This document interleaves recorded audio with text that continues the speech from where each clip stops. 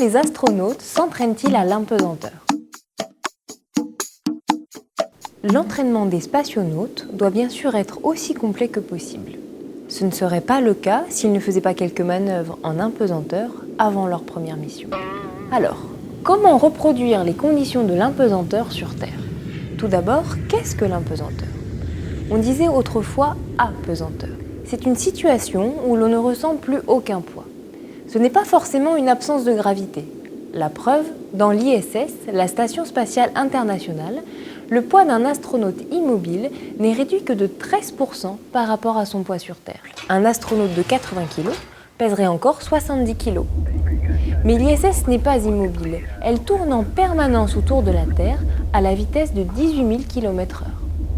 En fait, ce qui se passe, c'est que la force de pesanteur est exactement compensée par la force centrifuge. Du coup, la pesanteur disparaît et les spationautes flottent dans l'air.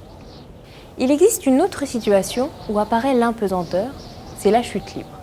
Mais attention, pas celle du parachutiste, car l'air exerce une force de résistance, ce qui lui donne un poids. Prenons un exemple. Si une personne se trouve dans un ascenseur qui tombe en chute libre, l'air dans la cabine se déplace à la même vitesse que la personne. Et elle se retrouve alors en impesanteur à l'intérieur de la cabine, avant de s'écraser en bas malheureusement. Alors, comment faire pour créer de l'impesanteur sans pour autant aller dans l'espace ou s'écraser sur le sol? Il existe une solution économique pour disposer de longues périodes d'entraînement dans des conditions assez similaires aux sorties dans l'espace. C'est le travail en piscine à 5 mètres de profondeur avec le scaphandre spatial. Cette méthode est largement utilisée par des agences spatiales, mais elle ne remplace pas la vraie impesanteur. La méthode la plus efficace pour accoutumer les futurs spationautes à l'impesanteur, c'est le vol parabolique. Ces vols sont effectués par des avions spécialement équipés.